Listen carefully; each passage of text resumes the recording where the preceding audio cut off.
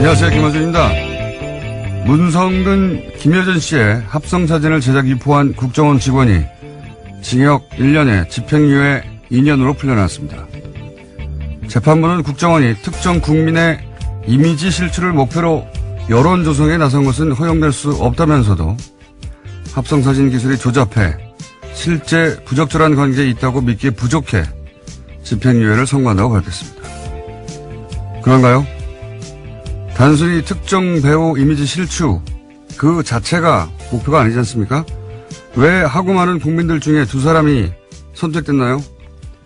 왜 둘의 이미지 실추를 무려 국가의 정보기관이 직접 나서서 시도했습니까? 사법부의 판단에는 이 본질적인 질문이 받았습니다.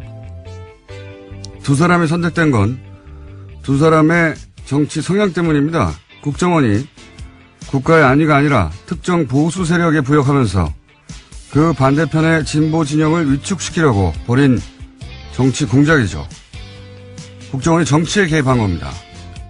보수가 계속 집권하라고. 그게 본질 아닙니까? 여기서 합성사진이 조잡한 것이 이 범죄의 본질과 무슨 상관이 있습니까? 오히려 의도적으로 조잡하게 만든 것이 그 공작의 목적에 부합하기 때문에 일부러 싼티나게 만든 건데 조잡해서 정삭을 참작한다. 저는 이해가 안 갑니다. 오히려 더 사악한 거죠. 죄를 더 엄중하게 물어야죠. 저는 이 판결이 납득이 안 됩니다. 김어준 생각이었습니다.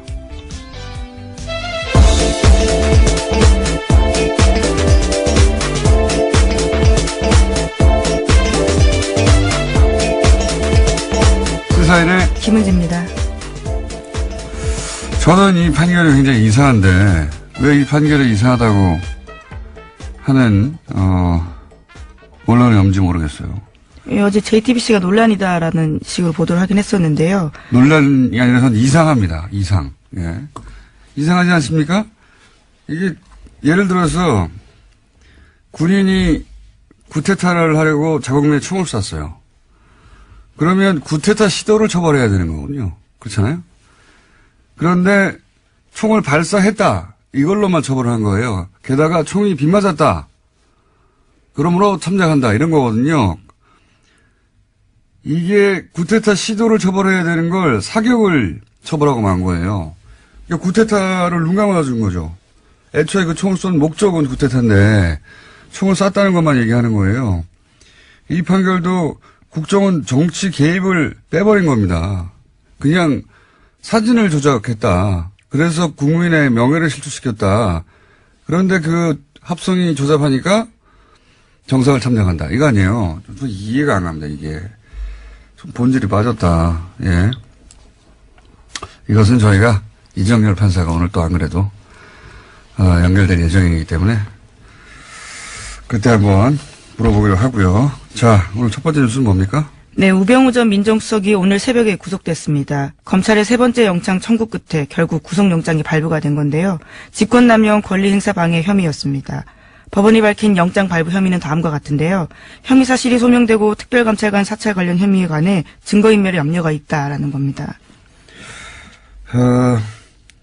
뭐랄까요. 최순실 1년 전에 시작된 게이트가 일단락되는 그런 상징적인. 그렇죠. 박근혜 정부 관련돼서는요. 네. 고위직들은 다 이제 처벌을 받았다라는 느낌을 갖고 마지막 그 고위공직자, 마지막 수석. 네, 물론 구속이 전부는 아닙니다. 예. 네. 물론 법정에서 다퉈야 되긴 하는데 그렇죠. 상징적인 구속이라고 볼 수 있고요. 사실 1년 만에 구속된 거거든요. 예. 이번에도 기각시키기는 굉장히 부담스러울 거라고 저희가 전망했었었는데 근데 이제 여기서 남는 문제는 여전히 있습니다. 예. 범죄 혐의가 소명됐고 등등등 하는 이유로 구속됐잖아요. 그런데 김태효 비서관은 그저께 범죄 혐의가 소명됐고 증거가 거의 모였기 때문에 기각했어요. 그렇죠. 네, 이 무너진 이 구속심사의 일관성 문제, 이것은 이정열 전 판사하고 얘기 나누기로 하고 이제 남은 거는 이제 MB로 향하는 길목만 지금 차단되고 있죠. 예. 김관진, 임관빈, 석방 이어서 김태효 비서관도 똑같은 논리로 구속됐어야 하는 사안이었는데 예, 기각됐으니까요. MB로 향하는 길목만 지금 막고 있다. 네. 그 정도 얘기할 수 있는 사안인 것 같고요. 그리고 또 최순실 씨도 구형이 됐죠?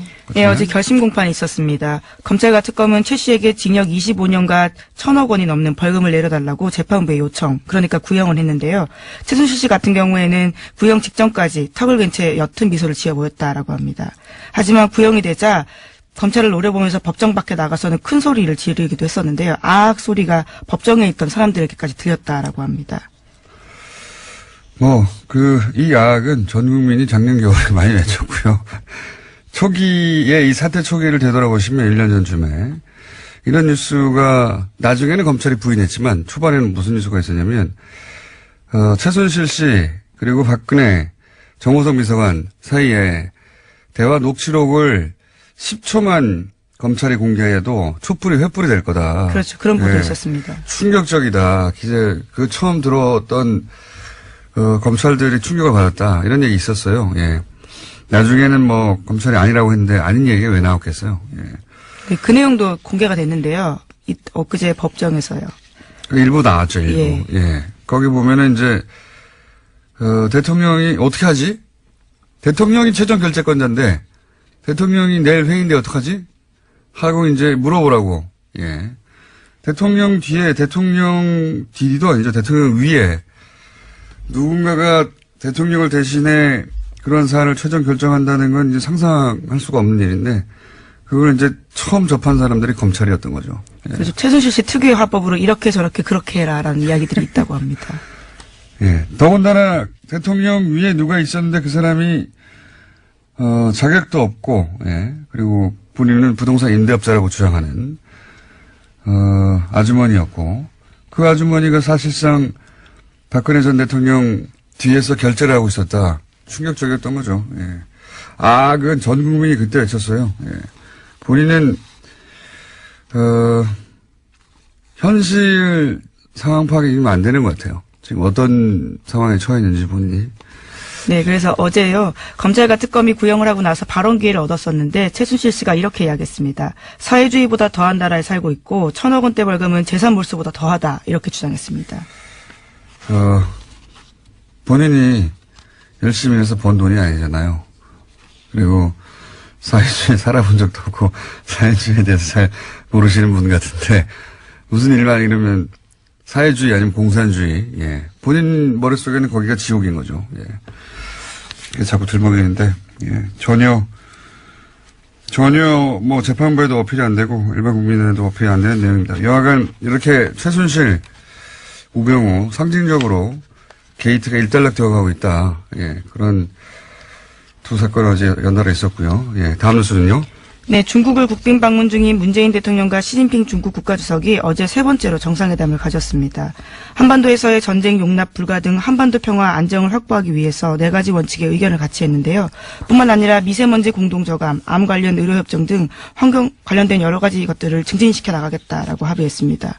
또 문재인 대통령은 시 주석이 평창 동계올림픽에 참석을 초청했고요. 시 주석은 진작에 검토할 거며 만약 못 가게 될 경우에는 반드시 고위급 대표단을 파견하겠다라고 밝혔습니다.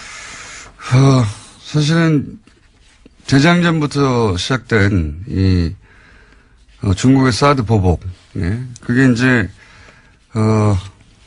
봉합되는, 예. 해결됐다기보다는 봉합되는 수술에 들어간 대단히 중요한 만남인데, 이 뉴스보다는 지금 현재 언론에서 더 크게 다루는 것은 사실 이건 국가적인 사안이거든요.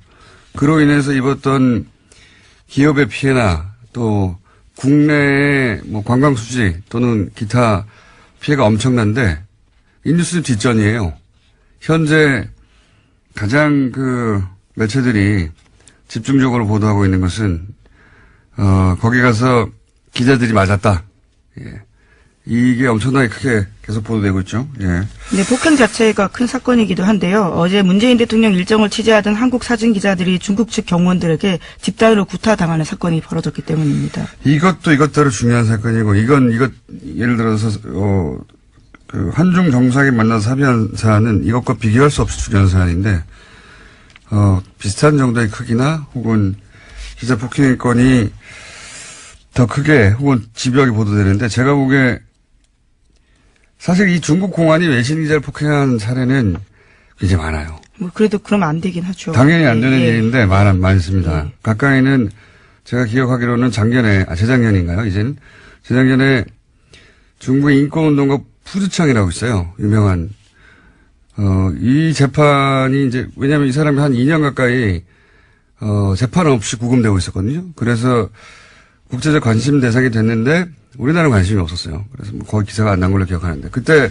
외신 기자들이 법원 앞에 갔다가 두드려 맞았어요. 중국 공안에. 그래서 이제 서양에서 크게 보도가 됐었죠. 예. 그 사건과 이 사건을 비교하는 보도가 최근에 이 사건 발생한 이후에 사실 미디어를 폭행하는 것은 굉장히 큰 일이기 때문에 예. 근데 중국에서는 이런 일들이 많았어요, 사실은. 외신 기자 혹은 중국에 있는 외신 기자들. 예. 그 기자들의 위상이 서양 혹은 우리하고 좀 다른 거죠. 공안에 비하자면 다른 거고.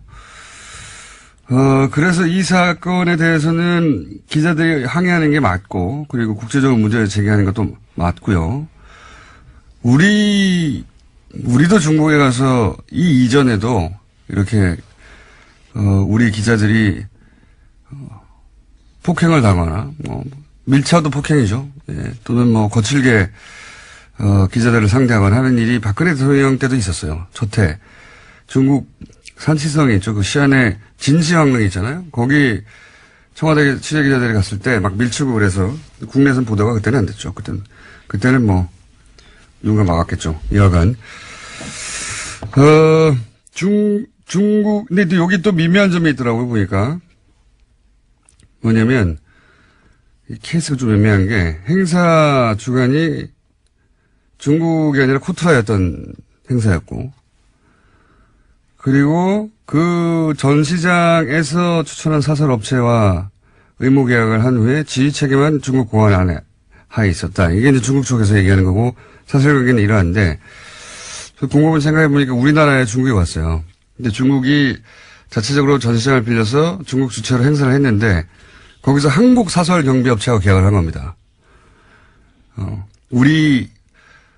청와대 경호실에서 한 게 아니라 한국 사설 경비업체하고 계약을 했고 다만 한국 경찰이 전체적으로 지휘를 했다. 그런데 한국 사설업체 직원이 중국 기자를 때렸다. 이럴 경우 우리나라의 그 사설업체 대표가 책임질 것인가 아니면 한국 경찰청이 책임을 져야 하는가 아니면 그 사설업체 직원을 대신에 청와대가 나설 것인가 이런 문제가 되어 있는 거거든요. 그럼에도 저는 국빈이 참석한 행사이기 때문에 중국 당국이 공식적으로 조사해서 공식적 유감 표명해야 된다고 보긴 하는데. 네, 어제 한국 정부도 그렇게 입장을 밝혔습니다. 네. 근데 중국은 이런 거 잘 안 합니다.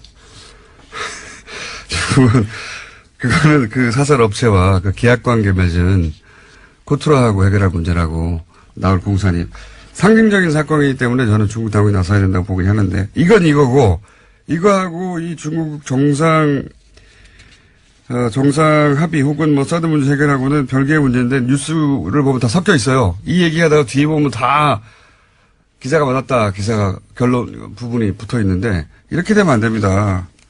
그 두 개 별개의 사안이에요. 기자들이 근데 여름 받았겠죠. 요거는 좀 더 사실관계가 나오면 다시 한번 얘기하기로 하고요. 자, 다음 뉴스는 뭡니까? 네, 렉스 틸러슨 미 국무장관이 북한의 조건 없는 대화를 제안했다라고 어제 알려드렸었는데요.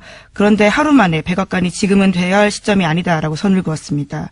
최근 북한의 미사일 발사를 고려하면 지금은 북한과 대화할 시점이 아니라고 백악관 국가안보회의 대변인이 밝혔습니다. 이게 하루 틀도 아니고 어제 얘기하고 내일 바뀌고 오전에 얘기하고 오후에 바뀌고 예. 참 그리고 이 옵션 열기 알바들이 옵션 열기를 떼고 이 기사에 특히 많이 붙었어요. 네, 중국. 그러니까 홀대 받는다, 봐라. 이런 거, 예. 아주 열심히 일하고 있더군요. 자, 틸러슨이 대화하자고 하고, 뭐, 트럼프의 백악관이 아니라고 하고, 이거는 뭐, 올해 내내 있었던 일인데, 트럼프 대통령은 오전, 오후 말이 바뀔 때도 있어요. 오전, 오후. 예.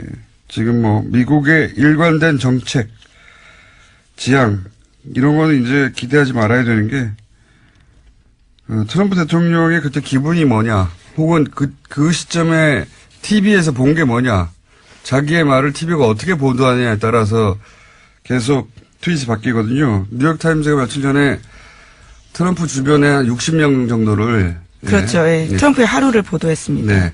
트럼프 대통령 주변에 60여 명을 인터뷰한 다음에 트럼프 대통령의 하루를 재구성을 했어요. 그렇죠. 예. 한두 사람을 한 게 아니라 60명을 통해서 공통점을 뽑아내서 하루를 재구성했는데 TV를 하루 8시간 본다는 거 아닙니까? 예. 굉장히 많이 본다라는 거고요. 자기에 대한 보도가 나오지 않으면 화를 낸다라는 이야기도 있습니다. 그러니까요. 거기에 보도된 데 따르면 굉장히 중요한 안보회의를 할 때도 TV를 틀어놓고 있다는 거죠. 네, 소리를 죽여놓고 계속해서 화면을 주시하고 있다라는 내용이 있습니다. 네. 그러니까 지금 국가적 사안 혹은 세계적 사안을 논의하는 중요한 회의에서 TV를 옆에 틀어놓고 그때 그걸 계속 본다는 거예요. 트럼프 대통령은. 그리고 자기 얘기 나오나 안 나오냐. 왜 이렇게 보느냐. 이건 이제 트럼프 주변에 소위 인사들이 그 이유를 말했는데 뭐냐면 트윗할 것을 찾아서 텔레비를 본다는 거예요. 텔레비전을. 대통령이.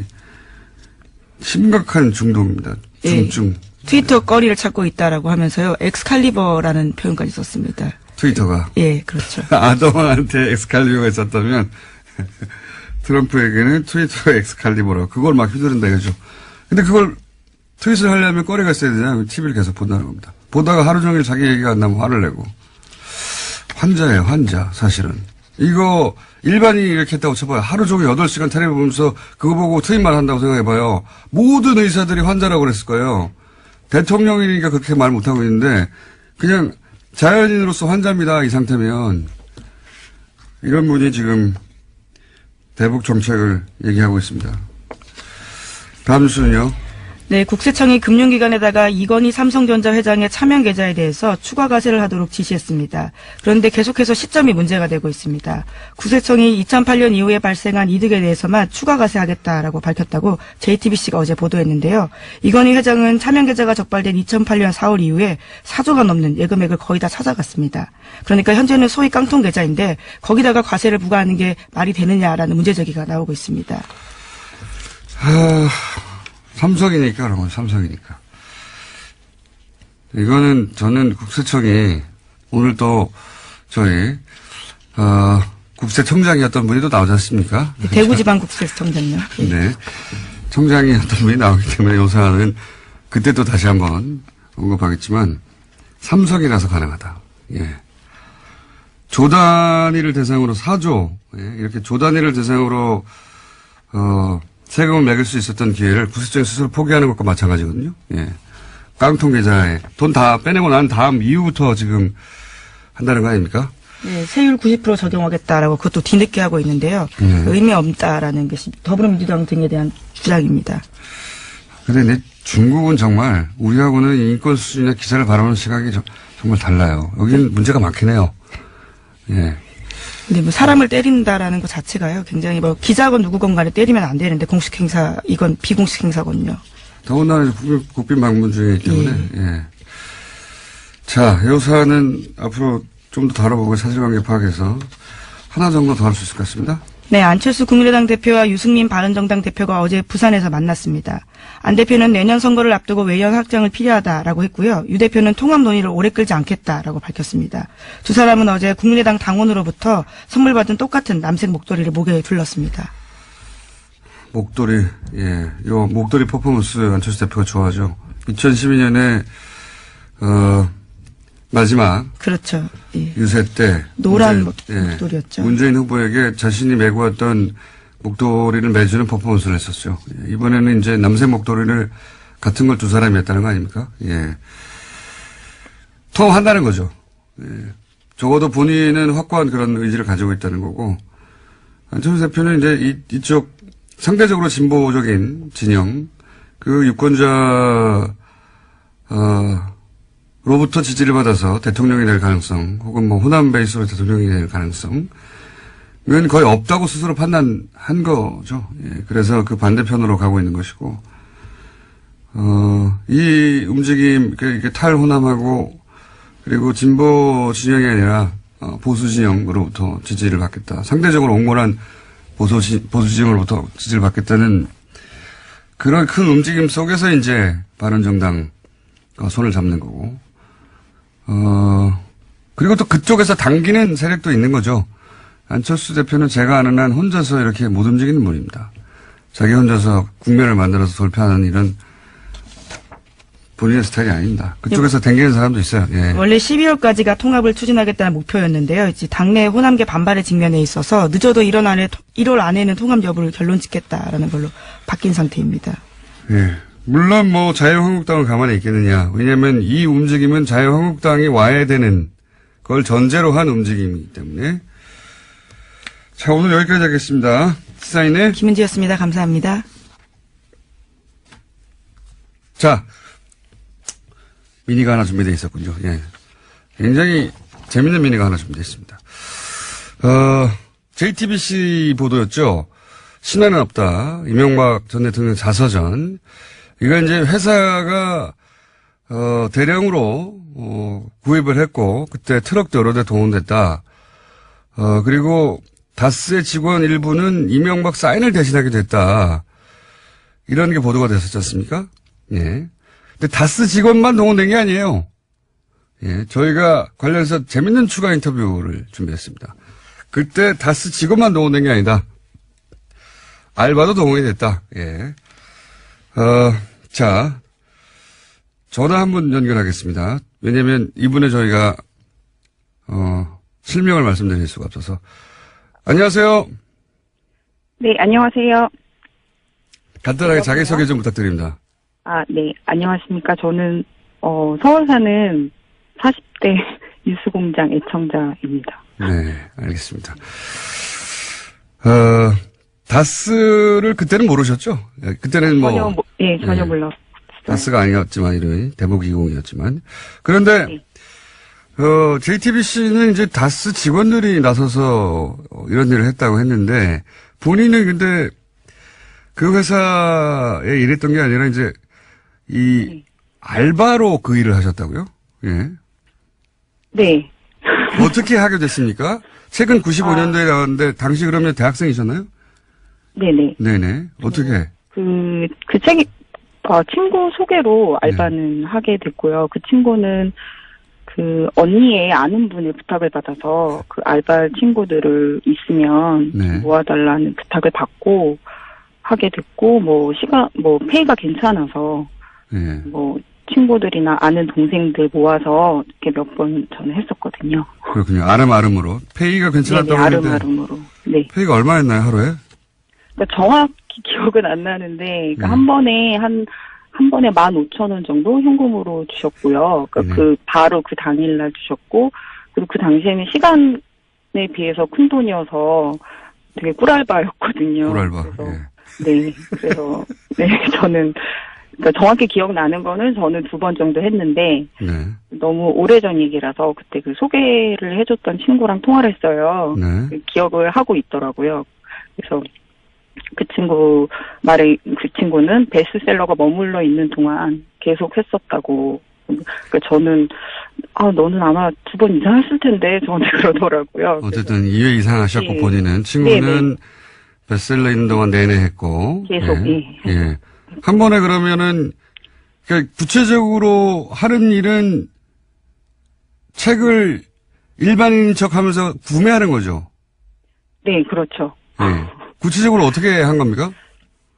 그러니까 그때 그 종로에 그 대형 서점들이 모여 있잖아요. 그렇죠. 예. 그래서 그 종로에서 제가 이제 일단 집합을 해서. 네, 일단 집합해서. 그 봉고차를 이제 가지고 골목에 세워놓으시고, 그 봉투에 현금, 그러니까 10,000원짜리 같은 봉투를 한 명씩 주세요. 이걸로 책 사라고? 예. 네네네. 그 책 구입 비용을 받고, 그거를 이제 교보 가서 사서 무거우니까 봉고차에 싣고 다음 서점으로 갔다가 또 이제 싣고 그런 식으로 했고, 이제 구매할 때 꼭 계산대를 나눠서 소량으로 시간차를 두고 사라고 처음에 그러셨거든요. 한 번에 많이 사면 의심받으니까. 예. 그래서 이제 저도 굉장히 이제 좀 소심해가지고 이제 2-3권씩 이렇게 샀었거든요. 사서 하고, 근데 이제 제 친구 말에 의하면 그 회차가 거듭될수록 수량이 그걸로 안 됐었는지 더 많이씩 사라고 지시를 하셔서 한 번에 막 10권 사는 친구도 있고 한 번에 막 40권을 사서 혼난 친구도 있고 40권. 예, 막 그리고 뭐 그 계산대 직원분들이 이제 나중에는 얼굴을 다 외워가지고. 예, 이제 오면은 쟤네 또 왔다고 막 이런 식으로 해서 굉장히 창피하게 그걸 했다고. 한 번에 몇 명씩 조를 짜서 움직였습니까? 그때? 근데 제가 갔을 때는 한 열 몇 명 정도씩이었고요. 뭐 그 친구 말에 의하면 나중에는 더 많이 데리고 올수록 좋다고. 그래서 뭐 대학 친구들이랑 다 이렇게 동원돼서 했었다고 하더라고요. 그렇군요. 네. 자, 그렇게 해서 책을 이제, 그럼 한 사람의 적게는 2-3권씩, 많게는 뭐 10여 권 이상씩 샀으니까, 한 번에 가면 몇백 권씩 샀겠네요. 그죠? 한 팀이. 네, 그 봉고차 뒤에 이제 꽉 찬 걸 저희가 봤었으니까요. 그 봉고차에 꽉 차면은, 그 다음에 다음 서점을 이동하니까, 아니면 그날은 그 봉고차가 다 찼으니까 끝나는 겁니까? 아니, 저희는 그냥 종로에서 그렇게 하고, 뭐, 1-2시간 안에 저희는 끝났어요. 그리고 그 페이를 받았기 때문에 굉장히, 예, 좀 많은 편이었고요, 저희한테. 그리고 그 책을 싣고 어디로 갔는지는 모르시죠?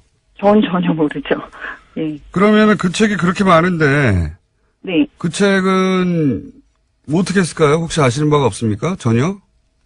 그건 전혀 저희는 당시에 너무 어려웠었고 그냥 알바로만 생각을 했기 때문에 그리고 저는 그 당시에 이명박이 누군지도 잘 몰라서 네 그래서 그 당시에는 그렇게 막 유심히 그렇게 궁금증을 가지진 않았던 것 같아요. 그리고 이제 그 JTBC 보도에 따르면 다스 네. 직원들이 사인을 대신했다고 하는 일도 있었는데 혹시 그런 일은 알바한테 시킨 적은 없었습니까?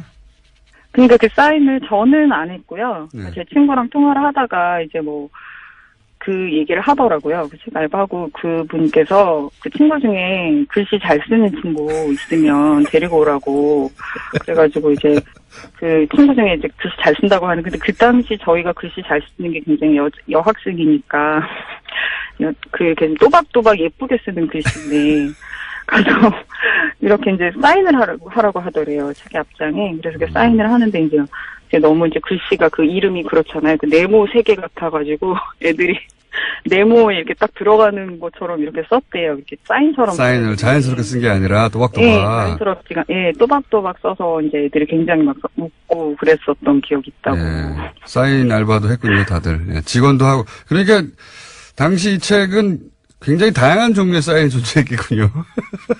그래서 그랬겠죠. 예. 근데 책이 이 정도로 많이 남으면 이제 마지막 질문인데요. 예를 들어서 그 봉고차 어차피 한두 권 없어져도 알지도 못할 거고 뭐 봉고차 운전하시는 분은 니네들 좀 가져가 뭐 이런 적은 없었어요? 아이고 그거는 그냥 예.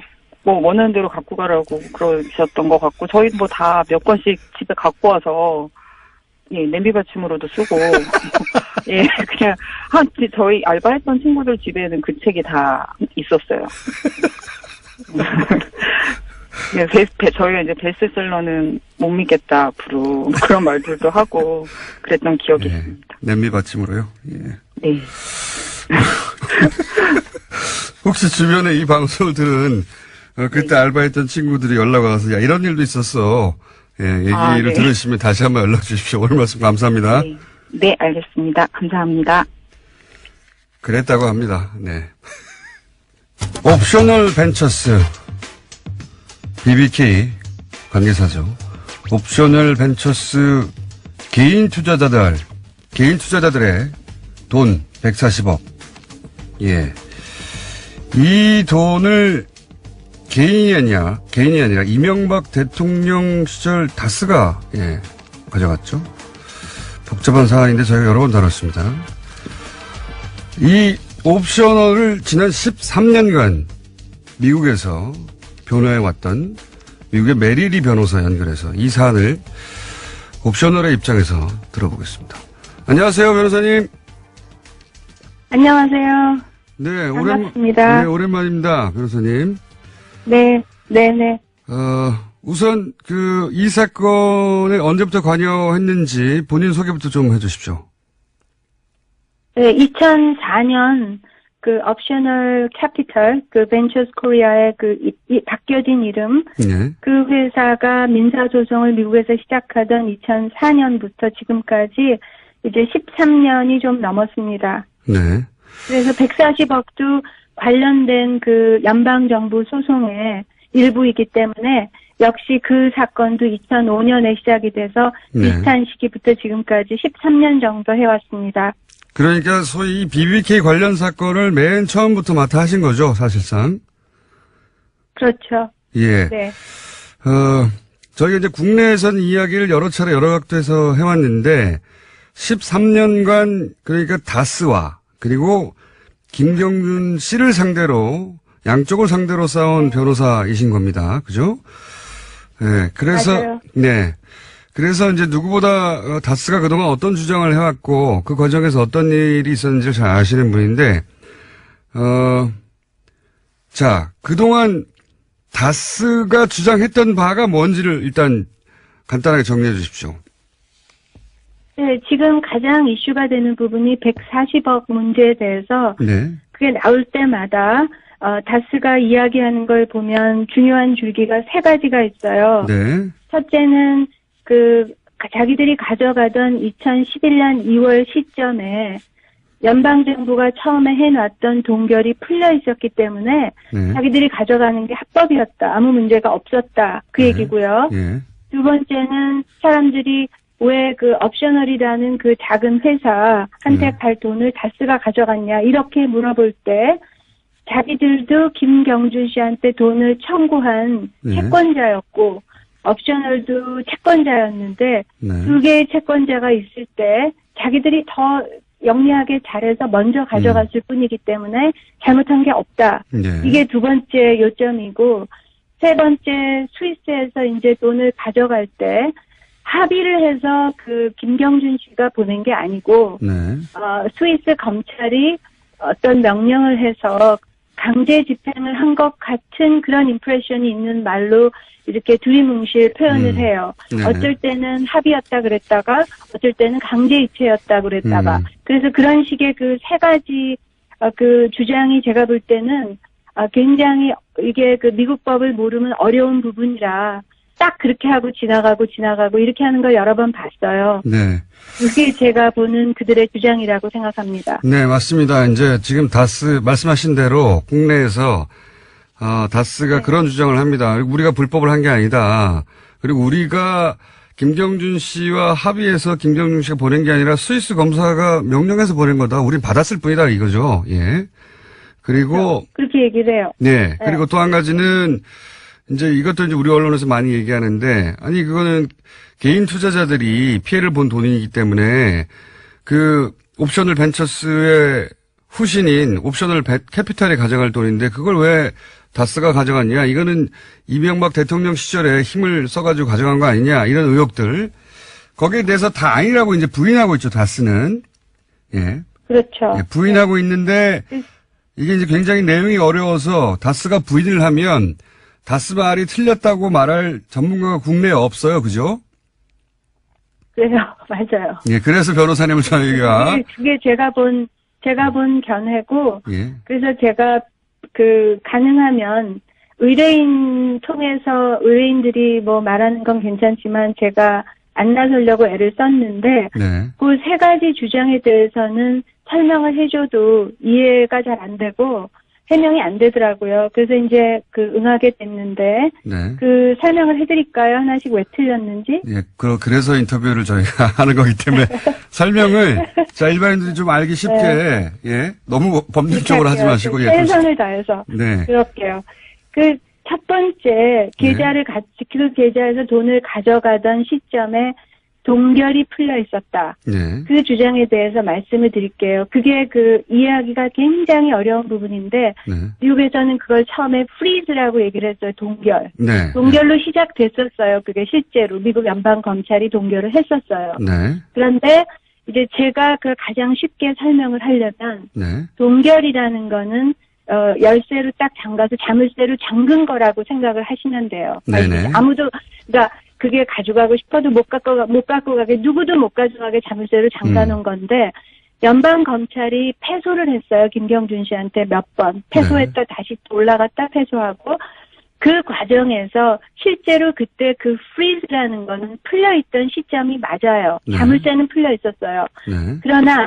그러나 중요한 거는 자물쇠가 풀렸다 그래서 그걸 가져갈 수 있는 돈이 아닌 이유가 네. 미국 법에 그 자산이나 물건에 대해서 법원이 관할권을 이미 행사해 버리는 경우가 있어요. 그래서 이 단어가 너무 어려워가지고 이 일반인들이 이해를 못하니까 지금 이제 그렇게 돼버렸는데 영어로는 in rem이라 그래서 INREM이라고 라틴어에서 온 거예요. 네. 물건이나 어떤 부동산이나 자산에 대해서 이거는 법원이 지금 심의 중이니까 아무도 그 결론이 날 때까지는 못 가져간다라는 관할권을 이미 미국 법원이 행사한 다음이었어요. 이 모든 일들이 벌어진 게. 자물쇠는 아니지만 딱지는 붙여놓은 거군요.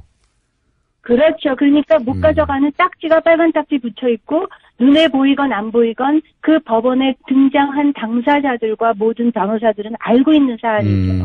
그러니까 모르는 사람이 가서 몰래 훔쳐갔으면 그 사람은 미국법 위반은 아니지만 네. 다스나 김경준 씨 그룹이나 옵셔널은 이미 판사 앞에 와서 그 관할권을 인정하고 소유권을 다투는 사람들이었단 말이에요. 그러면 그 사람들은 빨간 딱지를 인식하고 있었기 때문에 그걸 자기 마음대로 법원 명령 없이 떼고 가져가는 거는 미국 법에 위반이 됐던 거예요. 그 in rem jurisdiction이라는 그 관할권의 위반. 그래서 그 처벌은 벌금과 혹은 5년 이하의 징역이라는 연방 형법 위반이었어요. 그래서 그게 불법이 확실하고 그런데 그거를 미국 연방 정부가 눈 감아준 사안입니다. 이게 그러니까 저는 그렇군요. 그렇게 확실히 믿고 있고 언젠가는 그 부분이 밝혀질 거로 보고 있고 그다음에 두 번째 잠깐만요, 변호사님. 그러니까 채권자였고. 잠깐만요, 변호사님. 그러니까 네. 이게 가장 중요한 대목인 것 같은데 불법이 아니라고 계속 주장하지만 사실은 이게 불법이 명확하고 당시에 그 재판에 임했던 모두가 알고 있었다. 그런데 이명박 정부 시절에 이런 불법이 일어났는데 미국 정부가 여기에 대해서 조치를 취하지 않았다. 요렇게 요약될 수 있는 거죠? 네. 예. 그 사이에 무슨 일이 있었는지는 모르겠지만 우리 정부와 미국 정부 사이에. 그렇죠. 네. 그렇죠. 자, 알겠습니다. 맞아요. 두 번째는요? 두 두 번째는 번째는 옵셔널도 채권자였고 자기들도 채권자였는데 네. 자기들이 너무 잘해갖고 자기들이 먼저 그 돈을 회수한 건데 네네. 뭐가 잘못됐냐 이 주장이에요 항상. 네. 그럼 이제 제가 이게 완전히 거짓말이라는 거를 이 자리에서 제가 설명을 해드릴게요. 네. 그 스위스에 있던 그 계좌는 그 미국 관할권 하에 있던 계좌의 계좌주는 알렉산드리아 인베스트먼트라는 법인체였어요. 네. 김경준이나 에리카 김 개인이 아니었어요. 네. 그러면 법인과 개인은 차이가 있는 걸 아시잖아요. 네네. 삼성 회사의 계좌를 이재용 회장이 마음대로 자기 빚을 갚기 위해서 쓸 수 없잖아요. 맞습니다. 마찬가지로 미국 법도. 횡령이죠. 그러면 알렉산드리아 인베스트먼트라는 그 법인체의 계좌 속에 있는 돈은 김경준 씨 개인이 빚을 갚는 돈이 아니었어요. 어쨌건 어떻게 하건. 그러면 다스는 알렉산드리아라는 법인체를 상대로 소송을 한 적이 없어요. 그렇군요. 그 민사소송에서도 알렉산드리아를 소송하지 않았어요. 김경준, 에리카 김 이런 개인들만 했어요. 그런데 가져가던 그 시점에 옵셔널은 이미 371억 원이라는 횡령 액수에 대해서 알렉산드리아라는 법인체에 대해서도 채권을 갖고 있었어요. 판결 채권을. 무슨 얘기인지 알겠습니다. 오직 알렉산드리아에 대해서 법인체에 대해서 판결을 받은 거는 옵셔널밖에 없었고 옵셔널은 그 채권을 갖고 있었는데 김경준 돈을 가져왔다 식으로 지금 유야무야 넘어가는 거예요. 그러나 그건 알렉산드리아 계좌였고 그 계좌에 대한 채권을 가진 거는 옵셔널밖에 없었다는 거죠. 그 시점에서. 그래서 그것도 또 이제 거짓말이라는 거예요. 두 번째 주장이. 자, 요약하면은. 이해하셨어요? 네네. 옵셔널이 예를 들어서 삼성으로부터 받을 돈이 있었어요. 그죠? 삼성이라는 회사로부터. 그런데, 네. 삼성으로부터 돈을 받을 권리는 옵셔널한테밖에 없는데, 이재용 부회장한테 빚이 있는 사람이 삼성으로부터 돈을 받아갔다는 거 아닙니까? 그죠? 그렇죠. 네. 그런 셈이 됐고, 이거는. 절차가 어찌됐건 두 번째 주장이 그렇게 됐다는 얘기인데, 그게 이제 지금 국내에서 계속 김경준이라는 그 이름으로 가기 때문에 그래서 이 부분이 이해가 안 됐던 거죠. 무슨 네. 얘기인지 이해했습니다. 예. 그러니까 세 번째. 삼성으로부터 돈을 받을 권리는 옵션을 밖에 없다. 예. 없는데 그쵸. 삼성으로부터 돈을 받을 권리가 없는 다스가 삼성으로부터 돈을 받은 것과 마찬가지다. 이재용 빚이라면서. 예. 잘 이해하셨어요. 예, 알겠습니다. 네. 자, 세 세 번째. 번째는 스위스에서 강제 집행한 거다라는 거는 완전히 틀린 소리예요.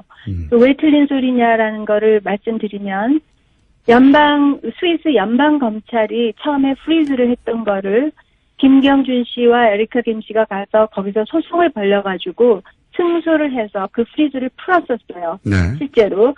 그래서 그게 풀리니까 이제 어떻게 됐냐면 다스가 없어져 버리면 자기들이 못 가져갈 것 같으니까 그 스위스를 갔어요. 스위스를 가서 제네바 시에 예. 시 검찰한테 그때 김경준 씨가 옵셔널 벤처스 코리아에서 횡령한 거와 여러 가지 주가 조작 문제로 8년 형을 받았던 때였어요.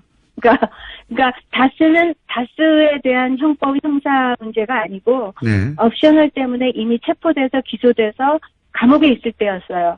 그 기록을 가져가서 이 돈 세탁이 있고 엄청난 이제 그 범법 행위가 있는 이런 돈이라고 하면서 제네바 시의 그 시 검사한테 일단 조사가 끝날 때까지 동결을 지키게 부탁을 했어요. 그래서 네. 거기서 그런 시 차원에서 약간의 그 동결을 해놓은 상태였어요. 그게. 그러니까 그건 다스가 부탁해서 한 거였던 거죠. 그러면 이제 그렇게 된 상태에서 어떻게 됐냐면 계속 자기들끼리 2009년부터 합의 노력을 하고 있었어요. 민사소송에서. 합의 노력을 했는데 양쪽 다 첨예한 그 요구가 있었기 때문에 합의가 결렬이 되고 있다가 2010년 말에 변호사님? 옵셔널한테 370, 네. 네. 변호사님? 이해하셨어요? 어려워요? 저는 이해했는데요. 변호사님의 말씀 내용을 이해하려면 재반 정보가 굉장히 많이 있어야 됩니다. 생각해보니까, 듣다 보니까. 그러니까, 그렇죠. 제가 거꾸로 그렇죠. 얘기해 볼게요. 변호사님 만나 봐주세요. 예. 네. 네. 그러니까, 연방검사가 명령을 한 게 아니라, 시에 있는 검사한테 가가지고, 마치, 김경준 씨와 다스가 서로 합의가 된 것처럼 그 사람한테 얘기해서 그쵸. 자기들끼리 사인하고 네. 그 앞에서 네. 그 앞에 있던 시검사 그러면 이해 당사자 둘이 합의가 된 건가 보다 하고 돈을 내줬다 이거죠. 그쵸. 결론은 그거예요. 네, 결론은 그거예요. 네. 그러니까 다스가 문제 걸어놨다가 예. 이제 둘이 합의했다. 그러니까 풀어줘라. 그러니까 도장 꽝꽝꽝 찍은 거죠. 무슨 판결을 한 게 아니고. 그래서 이제 김경준 씨가 가서 김경준 씨가 했든 에리카 김 씨가 했든 그 계좌를 움직일 수 있는 사람이 가서 그거 갖고 가서 은행한테 이거 보세요. 이거 다 풀어졌습니다. 그리고 해쳐 모여 한 거죠. 둘이서. 이해하시겠어요? 저는 이해했습니다. 저는 이해했고요. 한국에 언제 오십니까? 네. 한번 모시고 다시 얘기해야 될 것 같은데. 그런데 그 긴 내용을 사실 일반 청취자들 다 알 필요는 없고, 요는 뭐냐면, 다스와 김경준 씨 둘 사이에 합의한 걸로 해가지고 은행에서 풀었다 이거 아닙니까? 그죠? 스위스까지 가서. 맞습니다. 네, 여기 옵셔널 벤처스의 개인 투자자들은 전혀 여기 끼지 못했다. 그러니까 가만히 있는데, 스위스 쪽에서 이 돈은 풀린 거니까 꽝꽝꽝 하고 강제로 집행해 준 게 아니라는 말씀이신 거죠? 예. 그렇죠. 맞아요. 자, 굉장히 어려운 내용을, 저희가. 쉽게 말씀하셔서 감사하고, 예. 네. 저희가 40초밖에 안 남아가지고, 한 번 더 모셔야 될 것 같은데. 네. 알겠습니다. 자, 변호사님. 지금, 네. 이 재판이 아직도 진행되고 있나요? 아직도 진행되고 있습니다. 그죠? 예. 네. 그리고 절대 최근에. 안 주겠다고 합니다. 절대 안 주겠다고 하는 거죠. 140억을 돌려받아야 되는 상황인 거죠, 여전히. 네. 네. 예. 저희가 피해자들이 140억을 돌려받도록 저희 방송도 함께 노력하겠습니다. 한 번 더 연결할게요. 오늘 여기까지 하겠습니다. 감사합니다. 네, 감사합니다. 네, 감사합니다. 안녕히 계세요. 네. 네. 옵셔널 캐피탈의 미국 측 변호를 13년간 맡고 있는 메리리 변호사였습니다. 대한민국에서 현재 아마도 최대액을 모으고 있는 개주입니다. 안한구 전 대구지방국세청장님 나오셨습니다. 안녕하십니까? 예, 안녕하십니까? JTBC에서도 드디어 플란다스의 개를 손석희 선생 브리핑으로 직접 소개를 했어요. 네. 예. 한 6개월 늦었네요. 그렇죠. 자, 체크 한번 해볼까요? 현재 기준으로 얼마가 모였습니까? 어제 저녁 6시 기준으로요. 자기들이 이제 앞으로 개주로 참가하겠다고 한 모금 금액으로 보면 2만 명에 한 110억 정도인데. 110억이요? 예. 근데 은행 기준으로 지금 입금된 기준으로. 현재, 그러니까 보내겠다고 한 사람은 110억이고. 예. 어제까지 입금된 사람은 18,000명에 85억 정도 들었어요. 이야. 맞네요. 돈 많습니다. 네. 지금 85억. 처음에 이 아이디어를 내기 시작한 게 한 4, 5개월 이상 됐는데요. 그렇습니다. 이거 우리 한번 모아서 어떻게 해볼까요? 이렇게 시작된 거죠? 예, 그렇습니다. 방송하다가. 예. 그렇게 장난처럼 아이디어가 등장했는데 그게 구체화되기 시작하고 드디어 이제 돈이 모이기 시작했는데 돈을 보낸다고 하신 분들이 100억이 넘었고 현재 입금된 것만 85억이고 그때 3%가 우리가 이야기를 시작했을 시점에 얼마였죠? 그때 3%가 242억이었습니다. 242억. 예. 네. 242억인데 이걸 캠코가 다시 한번 평가할 거 아닙니까? 그죠? 예. 안 그래도 어저께 다시 이제 지금 평가가 안 돼가지고 지금. 시간은 지났지 않습니까? 시간이 지났습니다. 보통은 11월 한 말경부터 시작해서 12월 중순에는 이게 나왔었거든요, 시장에. 네.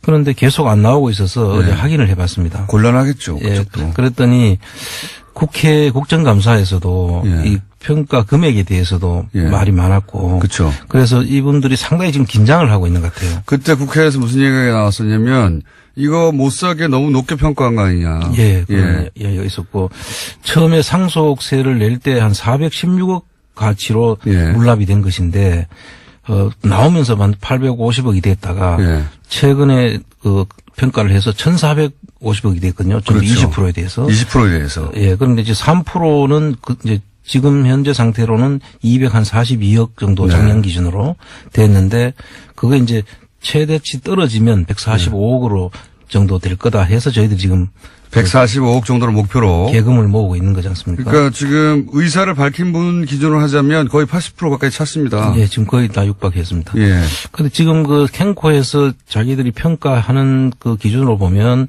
아마 좀 더 낮아질 가능성도 있다. 140억보다. 예, 140. 상대가치 평가라는 걸 도입해서 그때 국회의원들이 이거 국세청에서 평가한 거는 그런데 갑자기 그렇게 왜 높이 평가가 돼 가지고 안 팔리느냐. 이렇게 이제 많은 질문들이 갔고 그래서 유사한 법인에 대한 주식 평가를 적용을 해야 된다 하는 그게 맞죠. 예, 기준을 이제 바꿔 가지고 상대가치 평가라는 개념을 다시 추가해서 지금 준비 중에 있는 것 같아요. 그래서 시간이 좀 늦어지고 있다. 상대가치 평가라는 거는 그 정도 규모에 그 정도 매출에 그 정도 자산에 그 정도 이익 뭐 이 정도 비슷한 그 회사가 있을 거 아닙니까? 회사의 그 주식가치하고 평가가 유사해야 된다. 이런. 그럼 당연하죠. 예, 그렇죠. 그렇게 하면은 더 떨어질 수도 있습니까? 조금 제가 볼 때는 아직 뭐 평가는 해봐야 알지만 조금 더 떨어지지 않을까 하는 게 제 생각입니다. 예. 야, 이거 실현되겠네요, 이거. 사실 그냥 그대로 해도 충분히 실현될 것으로 저희들은 보고 있습니다. 그런데 지난 시간에 말씀드렸지만 3% 가지고 뭘 할 수 있겠냐라고 생각하시는 분들, 상징적인 걸 뿐이다. 예. 라고 생각하시는 분도 있을 텐데 지금 이제 여기에 이제 변호사분들도 참여하고 있거든요. 예, 이 그렇습니다. 모임에, 이 움직임에. 이 주식 전문 변호사가 있습니다. 네. 이분들이 이제 자발적으로 저희들하고 같이 조인이 돼서. 이 주식 관련해서 전문 변호사들이 붙어서 이제 이 상황을 쭉 검토한 결과 3%만으로도, 이 회사를 거의 마음대로 할 수 있을 지역이다. 이 얘기를 잠깐 했는데, 요 이야기를 다시 한번 설명해 주십시오. 예. 이게 이제 차명 주식으로 밝혀지면요. 네. 그러니까 실질적으로 우리가 의심하는 것은 이명박 씨의 소유라고 보는 거 아닙니까? 이상은 회장이 최대 주주인데, 현재. 명분, 그 표면상으로는. 명의상으로는 이상은 씨와 권영미 씨, 뭐 김창대 씨 이런 분으로 돼 있지만 실제 주주는 이명박 씨라는 것이 거의 밝혀지고 있지 않습니까? 지금? 그렇게 추정되고 그렇게 점점 더 밝혀지고 있는데 예. 만약에 정말 다스가 이명박 전 대통령의 소유로 밝혀진다. 예, 그렇게 수사 되면 결과. 수사 결과 그렇게 밝혀지게 되면 이 사람들은 다 차명 주식 소유자가 다 되는 가짜 거죠. 주주가 되는 거죠. 예. 예. 그렇게 되면 차명 주식 소유자에 대해서는 국세청에서 증여세를 증여로 해서 증여 세금을 매길 수 있습니다. 일단 세금을 매길 수가 있고. 그리고 두 번째로는. 두 번째로는 이제 그 차명 주식을 가진 분들의 의결권이 제한되게 돼 있죠. 요게 핵심입니다. 예. 증여세 이제 지금 예를 들어서 이상은 회장, 예. 이명박 전 대통령의 형 이상은 회장에게 어마어마한 증여세가 매겨질 수 있고요. 예. 얼마나 나올까요? 한 거의 반 정도의 그 세금을 물려야 되지 반 않을까 정도. 싶고요. 예. 그러면 지금 주식이 거의 40몇 프로 정도 되니까 반이면 얼마나 되는 겁니까? 그 평가액에. 그런데 그분들 다 차명인들이거든요. 그게. 네. 그러니까 이제 명의를 빌려가는 경우에는 차명 소유자에게 증여를 한 것으로 실제로는 증여가 아니지만 그렇죠. 증여를 한 것으로 의제를 해서 증여 의제 그러면 세금을 매깁니다. 지금 차명으로 보여지니까 거의 전액에 대해서 증여세가 매겨지는 거예요. 그렇습니다. 거의 네. 몇 천억 단위가 되는 수도 있겠네요. 그럴 수 있습니다. 첫 번째, 몇 천억 단위의 증여세가 나올 수가 있고요. 두 번째로는 그보다 더 중요한 것은 이 차명 주주들은 다, 권한을 제한할 수 있다는 거 아닙니까? 그렇습니다. 의결권이 제한되는 거죠. 그러니까 주총을 열면은 한 주당 한 의결권이 있는 게 주식회사의 기본 네. 아닙니까? 그런데 주식을 가지고 있는 주식으로 자기 의사 표시를 할 수가 없는 그런 상황이 되는 거죠. 그러니까 이명박 전 대통령을 대신해서 만약에 주식을 갖고 있었다고 하면 그 형이나 인척이나 네. 가까운 사람이나 모두가 다, 권리 행사를 할 수 없는 겁니다. 네, 그렇죠. 권리 행사를 할 수 없고 3%를 가지고 있는 이분들이 권리 행사를 전체에 대해서 행사할 수 있게 되는 이게 법적으로도 확인이 되는 거죠. 예, 그렇습니다. 이야, 3%로 다스의 주인이 될 수도 있습니다. 예, 그리고 그동안에 이사들이 잘못한 것이 있으면 그 회사에서 손해배상 청구를 할 수도 있고요. 큰일 났네요, 이거. 정말. 계속 장부 열람이라든지 여러 가지 이사들도 바꿀 수도 있고 그렇습니다. 큰일 났습니다, 이거. 저쪽에서는 이명박 전 대통령 쪽에서는 정말 큰일 난 거예요. 정말 큰일 났는데 만약에 이러면 어떡합니까? 이명박 전 대통령이 직접 나설 수는 없으니까. 예. 근데 이명박 전 대통령 주변에 보면은 이런 거를 구매할 만한 경제력을 가진 회사나 재벌들이 좀 있지 않습니까? 예, 그렇죠. 예. 아마 많을 겁니다. 이런저런 사돈들도 있고. 그러니까 예를 들어서 쿠션을 먹어서 거기서 우리가 관심 있어 괜찮은 회사라서 예.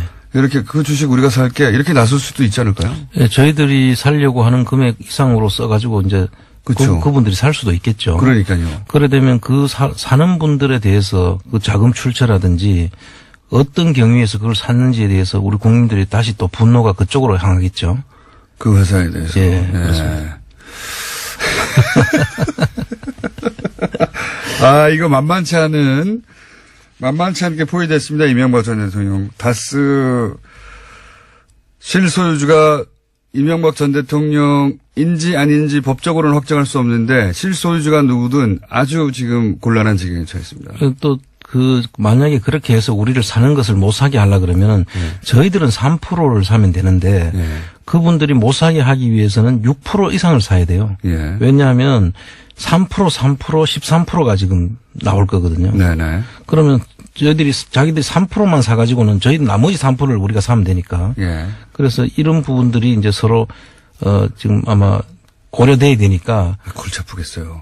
그렇습니다. 금액도 상당한 금액이 될 겁니다. 총장님, 나쁜 사람.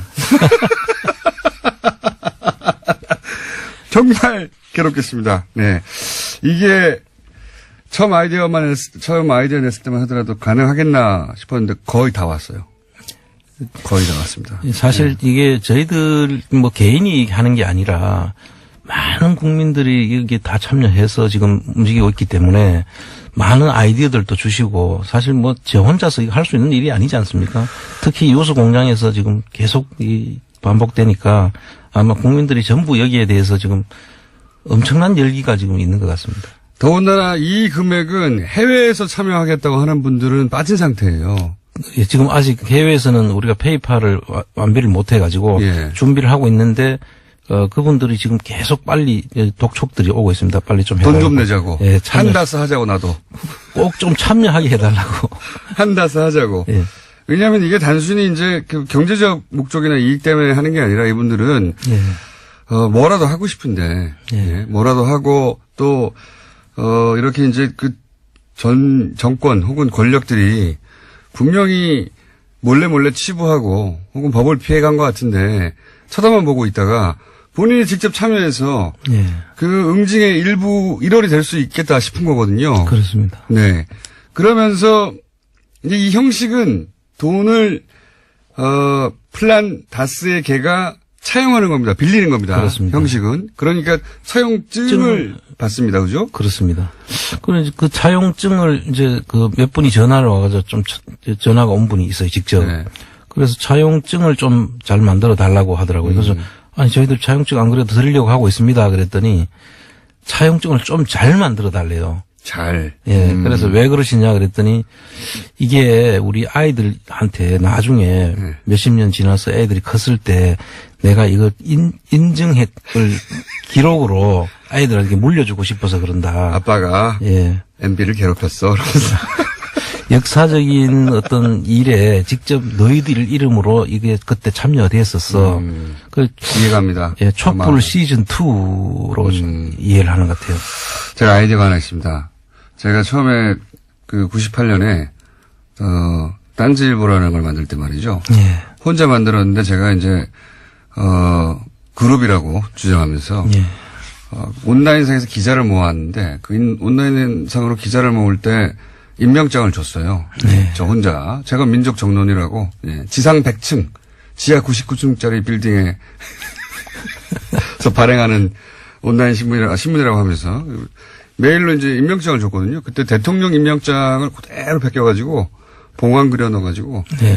도장도 그대로 봤어요. 딴지 총수라고. 근데 그거 받은 사람 엄청 좋아했거든요. 아무것도 아닌데. 저작권 침해나 그런 건 안 받았습니까? 그래서 제가 보기엔 이 차용증에 말이죠. 봉황 말고 참새를 그리세요. 참새. 대통령 임명장 같은 거 이렇게 보시고 봉황 대신에 참새 같은 거 넣어가지고 예? 참새 떼들이 역사를 바꿨다. 그런 차용증을 만들어서 이름하고 정확하게 기재해가지고 예. 표구에서 걸어놓을 수 있도록. 그 좋은 아이디어 같습니다. 예. 봉황의 어떤 그 뭡니까 각도인데 자세히 보면 참새 떼예요 이게. 참새 떼가 바꾸었다. 예. 차용증 저희가 연구해서 잘 만들어가지고 금박으로. 금박으로 보내드리는 것으로. 그리고 또 한 가지 제가 또 걱정이 되는 건 제가 이제 다큐를 이런 방식으로 만들어봐서 하는데 온갖 방해 세력도 또 동시에 있긴 있어요. 예. 그리고 또 오촌살인 사건 SBS가 처음으로 보도할 때 그때 그 편집본이 삭제되는 그런 일도 있었거든요. 그러니까 요런 관련 문서들 잘 온라인에만 두지 마시고 오프라인에 따로 저장도 하시고. 네. 예. 안 그래도 그 보완해서 말씀을 지금 듣고 저희들이 그렇게 준비를 하고 있고요. 그 오프라인과 온라인에 또 2중, 3중 장치를 해서 보안 문제는 지금 저희들이 신경을 쓰고 있습니다. 블록체인 방식으로 오프라인 블록체인 방식으로 여러 사람이 가지고 있는 것으로 예. 여러 사람이 따로따로. 왜냐하면 이게 저는 많은 일을 겪어봤거든요. 그래서 꼭 그런 보안도 신경 써주시고. 오신 김에 계속합니다. 플란 다스에게는 계속 누구든지 참여할 수 있고요. 한 다스는 10만 원 기준이죠, 지금? 그렇습니다. 네, 10만 원 기준. 15만 원. 15만 원 기준으로 한 다스라고 정하기로 했습니다. 몇 다스 하신 분들도 있고, 400다스 하신 분도 있죠. 6천만 원. 예. 400다스. 제가 본 것 중에 지금 최고가 400다스까지. 400다스. 예.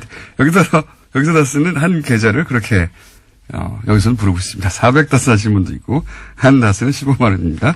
계속 모으고 있고요. 캠코가, 원래는 이때쯤 공고를 해야 되는데, 입찰 공고를 아직은 안 하고 있고요. 예, 지금 아마 엄청 신경을 많이 쓰고 있는 것 같습니다. 지금, 국민재산운동본부에서, 재척기운동본부에서 지금 하고 있는 것들을, 이분들도 의식을 하고 있는 것 같고요. 언론에도 관심이 많아요, 사실. 예. 요 관련해서 인터뷰도 많이 들어오죠. 예, 계속 인터뷰를 한다고 정신이 없습니다, 요즘. 이게 시민들이 자발적으로 이렇게 모아서 소위 전 정권의 경제 비리 의혹을 예. 파헤치겠다고 나선 일이 없거든요. 그렇습니다. 전례가 없습니다. 그렇습니다. 예. 그냥 게시판에서 항의하거나 화를 낼 수는 있는데 그 수준을 넘어서 직접 행동하기 시작한 거니까요. 역사에도 기록될 일이라고 보고 한 가지만 여쭤보고 오늘 끝내야 될 것 같은데 브리핑에서 잠깐 다룬 건데 국세청에서 네. 삼성 비자금 계좌 예. 그게 이제 2008년 4월인가요? 예. 하여튼 지금 공소시효가 예.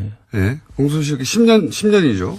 이제 저희들은 국세청에서는 가세할 수 있는 기간을 보통 이제 공소시효라고 맞춰서 하는데 저희들은 부가제척 기간이라고 그래서 부가제척 기간. 세금을 가세할 수 있는 기간. 예. 법적 안정성 문제 때문에 정해놓고 있죠. 예. 근데 삼성의 경우에는 거기에 삼성의 비자금이 한 4억 5천 정도. 예. 4조 5천억 정도. 4조 5천억. 예. 예. 그렇죠. 정도 있었는데 이제 그걸 다, 실명 전환하면서 빼갔어요. 물론 실명 전환했냐도 사실을 따질 부분인데 빼가고 계좌가 거의 깡통으로 남아있는 상태가 예. 되었는데 그 기간 거의 깡통이 된 이후에만 세금을 부과하겠다. 예. 국세청에서. 예.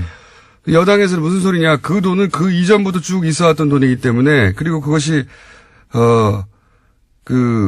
불법이었기 때문에 예. 그 이전 금액까지 다 세금을 부과해야 되는데 돈 다 빠지고 난 다음에 부과하면은 그 세금 얼마 안 되지 않느냐. 예. 이렇게 얘기하고 있습니다.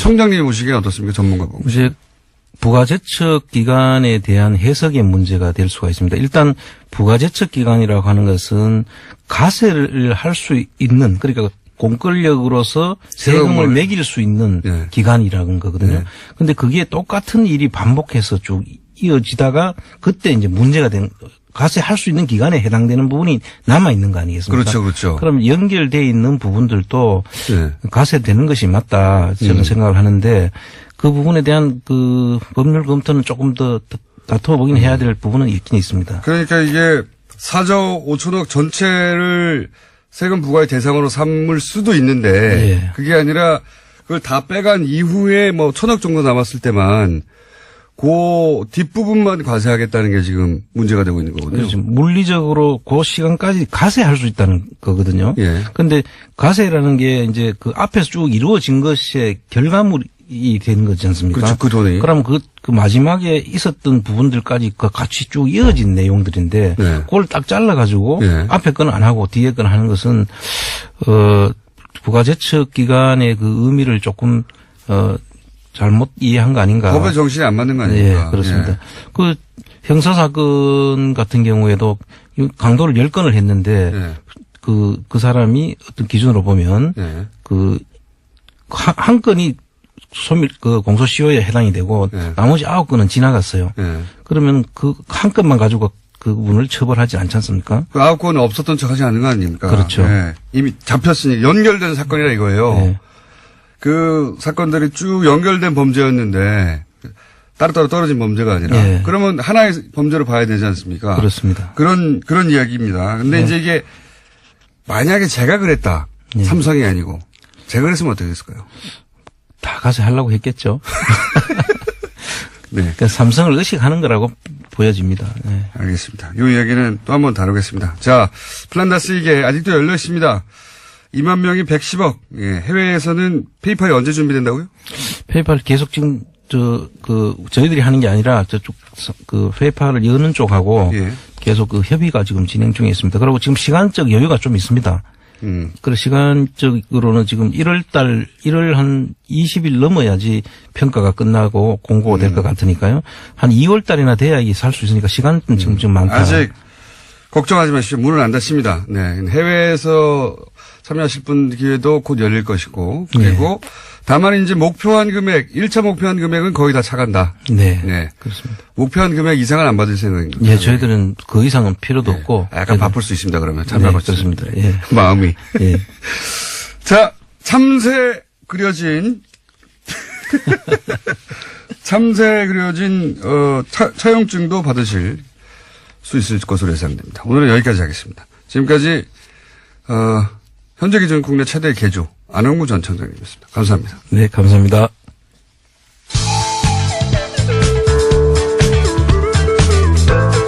이 사안 이정열 법무법인 동안의 사무장님과 함께 한때는 부장판사였던 분입니다. 들어보겠습니다. 안녕하세요, 판사님. 예, 네. 선생님. 네. 저희가 오랫동안 이 영장 발부와 기각을 논해왔는데, 예. 최근에, 오늘 이제 이 영장 발부에 대해서는 이 관점에서 한번 여쭤보고 싶습니다. 예. 과연 법원의 영장 발부와 기각의 기준이 일관성이 최근에 있는 것인가? 예. 네. 이런 질문을 할 수밖에 없는 것이, 바로 직전, 그저께 김태효 비서관이 기각됐지 않습니까? 예, 그렇죠. 예. 그때, 범죄가 소명이 됐고 증거도 어느 정도 수집됐기 때문에 기각된다라고 했거든요. 예. 예. 그런데 오늘 발부는 범죄가 소명됐고 증거가 수집됐기 때문에 발부됐어요. 네. 제가 이게 법을 몰라서 이게 이해가 안 가는 겁니까? 이거 한번 해설 좀 해 주십시오. 일단, 크게 보면, 네. 공장장님께서도 알고 판사님 전화가 지금 이어졌다 끊어졌다 합니다. 다시 연결해야 될 것 같은데요? 예. 제가 지금 지하철역에 있어가지고. 아, 지하철역. 네. 네. 잘 들립니다, 예. 다시. 예. 예. 잘 들리니까 움직이지 마시고 그 자리에서 하세요. 네. 네, 알겠습니다. 네. 네. 말씀해 주십시오. 김태효 비서관 같은 경우에는 이제 공장장님께서도 말씀하셨던 그 MB 수사 라인 있잖아요. 예. 예. 그리고 우병우 전 수석 같은 경우에는 박근혜 전 대통령 라인이고. 네. 예. 그러니까 그거를 같게 보긴 사실 좀 그렇고. 예. 그다음에 또 하나는 어제도 엊그제 말씀드렸지만 김태효 전 비서관 같은 경우에는 이제 가담 정도 관해서 네. 가장 큰 차이인 것 같아요. 법적으로 보면 가담 정도 관해서 김태효 전 비서관은 연결고리 정도지 어떤 실행행위나 지시행위를 담당하는 그런 사람은 아니었으니까 예 그렇다는 거고 우병우 전 수석 같은 경우에는 이제 요 직전에 있었던 최윤수 국정원 2차장 전 2차장 영장 기각대를 그 돌이켜서 생각해 보면 네. 그때 뭐라고 했냐면 가담 정도에 비해서 구속하는 게 적당하지 않다 해서 영장이 기각됐었거든요. 네. 최윤수 2차장 같은 경우에. 네. 네. 이런 식으로 확 끊어지는 경우가 요즘 좀 드문데, 삐삐삐 끊어졌습니다. 시간도 별로 없는데, 끊어지기까지 해가지고, 예. 오늘 다루려고 하는 거는 최근에 법원의 영장 기각과 발부, 일관성의 문제 짚어보려고 법무법인 동안의 사무장으로 계시죠? 예, 이정열 전 부산 판사님을 연결했는데, 지금 지하철에 계셔가지고 전화가 갑자기 끊겼습니다. 본인은 가만히 있는데 지하철이 빨리 움직이나 봐요. 아니면 지하철이 내린 건지. 자, 연결됐나요? 아직도 연결이 안 되고 있고. 30초 이내에 연결이 안 되고 그냥 다음 순서 해버리려고 합니다. 네. 자, 우병우 전 민정수석 영장이 연결됐습니까? 네. 여보세요? 여보세요? 네네. 네, 아이고, 죄송합니다. 네. 움직이셨죠? 아니요, 계속 있는데 여기가 실외라 추워요. 그리고 안 되나 봐요. 네. 전화기가 출근 네. 아닌데 어쨌든 말씀하십시오. 네네. 그러니까 그 김태효 전 비서관하고 우병우 전 수석 같은 경우에 최윤수 국정원 2차장 영장 기각대를 보면 가담 정도가 약하다 그랬으니까. 네. 그래서 우병우 전 수석 같은 경우 그보다 윗선이잖아요. 네. 그러니까 가담 정도가 어느 정도 중하다고 본 것 같아요. 그래서 네. 그런 측면에서 보면 김태효 전 비서관하고 일관성을 찾기는 좀 그런 것 같고 네. 오히려 일관성이 부족하다고 제가 느낀 점은 네. 우병우 전 수석 1차 기각 때를 생각해보면 예. 그때 뭐라 그랬냐면 범죄 성립에 다툼의 여지가 있다 그랬거든요. 네네. 그런데 그때 혐의가 뭐였냐면 직권남용죄였어요. 네. 이번도 직권남용죄고요. 예. 근데 그때는 다툼의 여지가 있고 그럼 지금은 다툼의 여지가 없어진 것이냐. 직권남용죄가 사실 법적으로 성립되는 약간 애매모호한 측면이 있긴 있거든요. 네. 그러니까 오히려 1차 때 구속이 됐었어야 되는데 예, 지금 이제 한 건 뭐 너무나 늦다라는 그런 생각이 드는 거죠. 그리고 그렇게 보면은 일관성이 없는 거죠, 결국은. 김관진, 임관빈, 그리고 김태효. 네. 로 이어지는 이명박 전 대통령으로 향하는 어떤 길목을, 네. 이 석방과 또는 기각으로 계속해서 막고 있는가 아니냐고 하는 일반인들의 있던 우려 혹은 네. 의혹이 있지 않습니까? 예. 판사님이 보시기에는 어떻습니까? 저도 그런 의심은 상당히 들어요. 그러니까 그렇게 된 그런 의심이 드는 이유 중에 하나가 그러니까 일단 김관진 전 장관 석방이 너무나 무리한 결정이었던 것도 있고 네. 그다음에 또 하나는 이번에 우병우 전 수석이 조사를 받으면서 출석을 할 때 숙명이라면 받아들이겠다 이런 얘기를 했었거든요. 네. 그래서 이쪽 박근혜 전 대통령 쪽이나 우병우 전 수석 쪽은 본인들도 이제 어느 정도 받아들이고 포기하는 그런 느낌이 들었었던 거예요. 그래서 네. 오히려 그러니까 이거는 법률적인 거하고는 약간 달리 일련의 흐름상 그런데 이쪽 우병우 전 수석이나 크게 보면 박근혜 전 대통령 쪽을 집중해서 보호를 했던 그런 관점에서 네. 이명박 전 대통령 라인 쪽을 좀 더 상대적으로 신경을 쓰는 쪽으로 전환을 하지 않았나. 그런 느낌이 좀 들긴 해요. 법리적인 게 아니라 이제 오랜 판사 생활도 하시고 사실은 네. 딱 인간이 사는 세상에서 딱 법리로만 모든 게 결정됐을 것 같지 않은 일들이 너무 많아서 지금 이런 얘기를 하고 있는 거 아닙니까? 네. 법리적으로 봐도, 네. 그러니까 이게 앞뒤가 안 맞는 결정들이 왜 나올까라고 하는 거에 대한 의심이나 추측을 불러일으키거든요. 차라리 법리적으로 일관됐으면, 그럴 수도 있겠다 싶은데, 이게 왜 이렇게 왔다 갔다 할까라는 게 그런 이제 뒷배경에 관한 추측을 불러일으키는 거죠. 그래서 저희가 계속 얘기가 나오고 있고, 예를 나누고 있는 것이고, 이 얘기를 거의 몇 달째 하고 있는데, 이번에는 요는 그러니까 박근혜 전 대통령으로 가는 길목을 막다가 네. 이제는 이명박 전 대통령으로 가는 길목을 막는 쪽으로 중심이 이동한 거 아니냐 그런 의혹이 있다. 네, 그렇습니다. 이렇게 요약을 오늘 하고요. 추측입니다. 네. 개인적인 추정이신 거죠. 네. 저도 집단적으로 못 하고 있습니다. 네. 저도 그렇게 개인적으로 추정합니다. 오늘은 여기까지 하겠습니다. 네. 방송 끊겨져서 죄송합니다. 감사합니다. 지금까지 법무부인 동안 이정열 사무장이었습니다.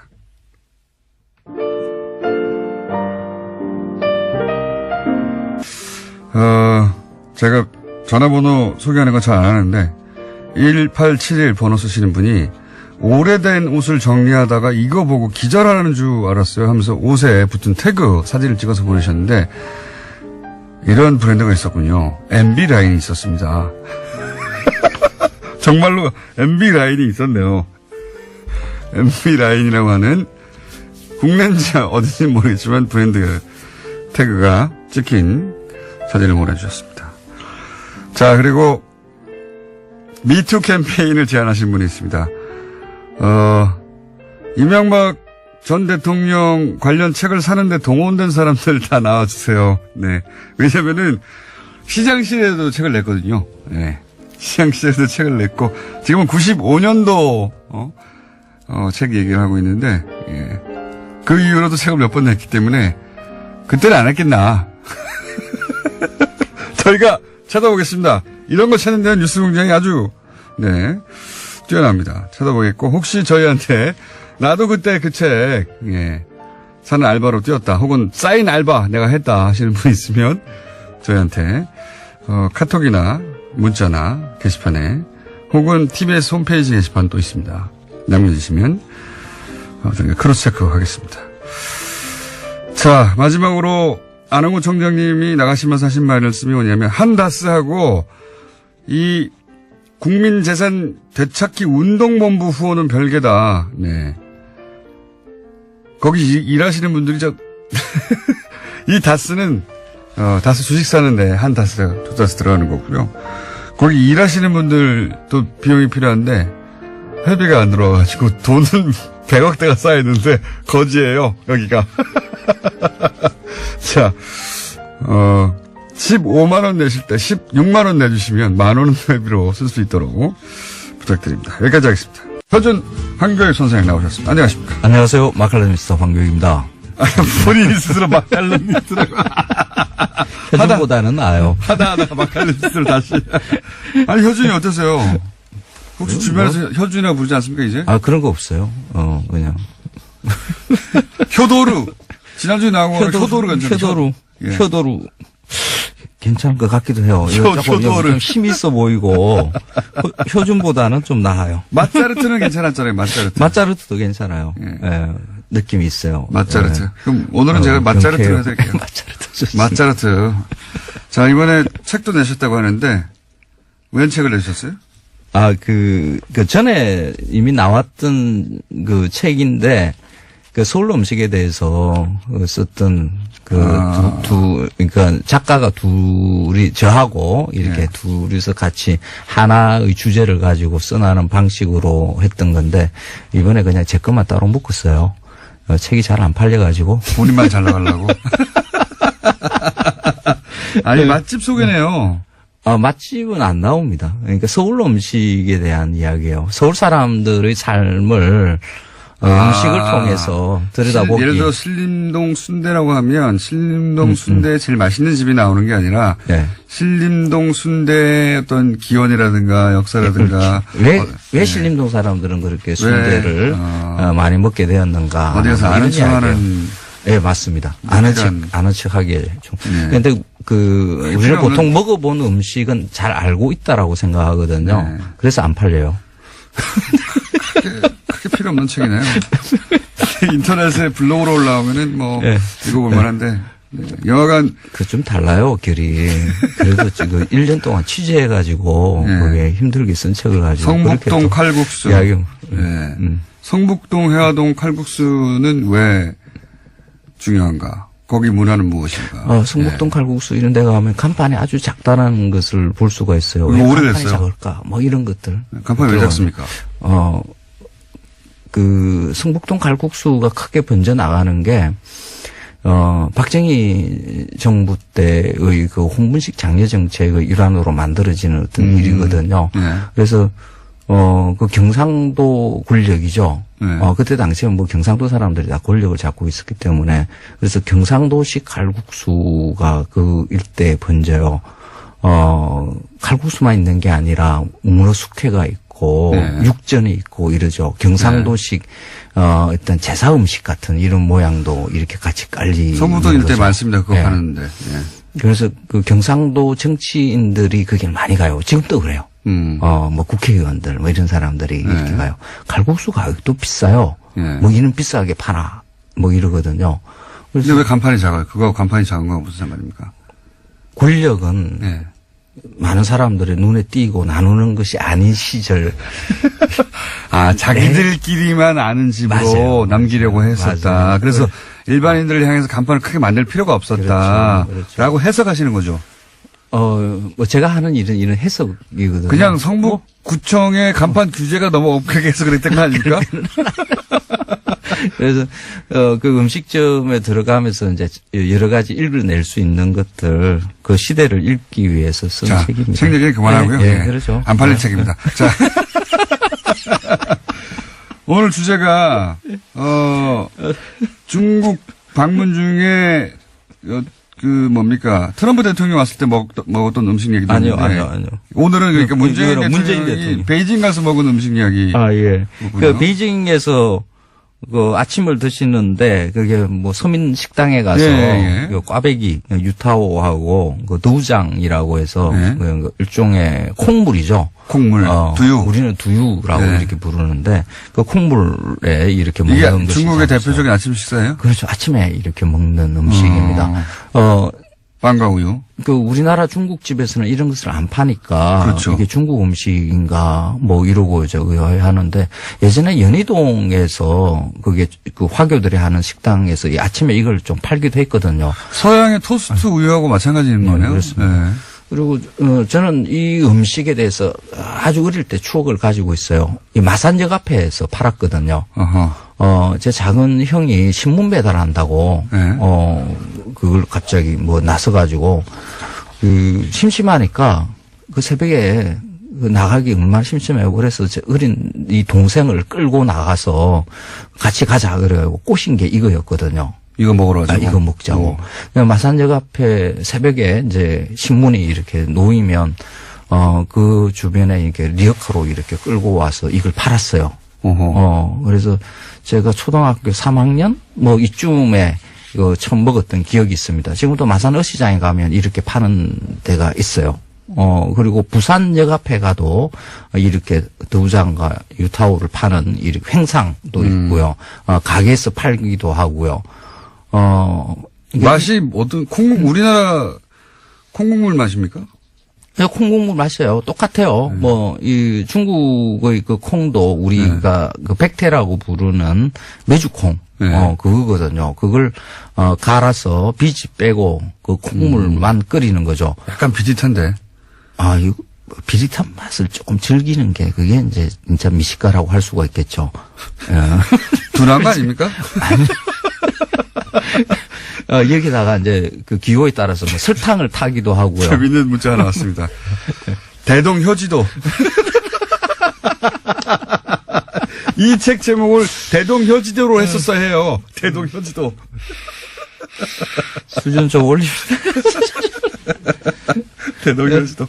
그래서 뭐 중국의 음식으로 이렇게 아침 음식으로 이렇게 자리 잡고 있는 게 특징이죠. 그래서 우리 중국인들이 살았던 그 흔적이 남아 있는 데는 이 음식이 있고요. 아마 그 문재인 대통령도 그 부산에 계실 때 부산역 앞에 이런 데서 아마 드셨을 가능성이 높아요. 그래서 우리하고 아주 먼 거리에 있던 음식이 아니라 제가 어릴 때 마산에서 먹었고 지금 마산에도 존재하고 부산에서도 지금도 존재하고 연희동에도 있고 하는 이런 것을 언제 들어왔습니까 이게? 이게 언제 들어왔나요? 이거는 그 노동자들의 음식이거든요. 네. 아침에 일 나갈 때 새벽같이 그 아침에 되면 뭐 밥 먹기가 좀 부담스럽잖아요. 네. 그래서 훌훌훌 이렇게 따뜻하게 해가지고 몸을 녹이면서 먹는 음식이죠. 그래서 보통 그 화교들이 우리 땅에 들어오는 게 그 이모군란 무렵부터 이렇게 들어오는 것으로 돼 있어요. 그래서 일제강점기가 되면 화교들이 굉장히 많이 들어와요. 그래서 여기서 그 쿨이라 그러죠. 뭐 노동자로 산 그 중국인들이 상당히 많았습니다. 그때 같이 재물거나 뭐 그래서 중국 노동자들이 먹었던 음식들, 그 부둣가에서 뭐 일하면서 이렇게 먹었던 음식 그 흔적이 지금도 이제 우리나라 곳곳에 남아 있습니다. 그 궁금증 풀렸는데 갑자기 말씀 듣다 보니까 네. 예를 들어서 뭐 영국에서 뭐 토스트 뭐 미국이나 토스트 우유 혹은 뭐 프랑스에서 크로아상 뭐 유럽에서 네. 우유 뭐 중국에서도 지금 두유하고 꽈배기 빵을 먹는 거 아닙니까? 네. 우리는 왜 이런 게 없었을까요? 우리는 국밥이 있었죠. 국밥이요? 네. 우리 왜 밥이었을까요? 우리는 밀을 생산하기에는 뭐 적절한 기후대가 아니에요. 우유를 먹는 것도 우리는 익숙치 않았나요? 그렇죠. 우유는 소를 키울 수 있을 정도로 넉넉하지 못했고요. 이게 두유가 사실 중요하거든요. 네. 콩은 꽤 많이 재배를 했었어요. 두유는 왜 안 먹었을까요? 두유를 만들려고 하면 좀 과정이 좀 복잡해요. 그리고 그걸 한번 만들어 놔놓으면 금방 상하거든요. 그래서 그냥 조금씩 가정용으로 이렇게 먹을 수 있을 정도는 사실 힘들죠. 그렇게 만들어 나가기가. 그러니까 뭐 중국이나 다른 데서 이제 이렇게 두유가 크게 번창하는 것은 이제 산업이 번창하니까. 그러니까 노동자들이 많이 생겨야 많이 만들어지는 음식이죠. 식당을 통해서. 그렇죠. 근데 한 가지 더 있습니다, 그러면. 40초밖에 안 남았는데 평상시 궁금한 건데 우리는 그럼 왜 이런 식당이 없었죠? 주막 정도만 있었고 말씀하신 대로 조선이 상업을 발전시키지를 못했잖아요. 산농공상 네. 상업을 가장 천시한 그런 나라였죠. 그러니까 그 식당이 경제가 없어요, 식당이. 그렇죠. 그래서 경제가 그렇게 엉망이었고요. 겨우겨우 그냥 먹고 살았던 그런 나라였죠. 갑자기 왜 화를 내십니까? 이게 식당 없었다고 하니까. 그 조선의 역사를 들여다보면 볼수록 이렇게 화가 나요. 음식의 문화 관점에서 특히나 식당도 그러니까, 없고. 농업을 중시하는 선생님, 거, 뭐 시간이 다 중농업 됐어요. 괜찮아요. 그런데 상업도 이렇게 선생님, 시간이 다 됐어요, 이제. 중시해야만이 그때 좀 잘 살았고, 그래야 이거 먹을 만한 것도 열이 음식도 좀 올랐는데 시간이 다 됐어요. 내려오고. 네. 효준 그러면- 황교익 선생이었습니다. 안녕. 반갑습니다. 시커먼 매연 뽑는 책을 많이 보죠. 대기오염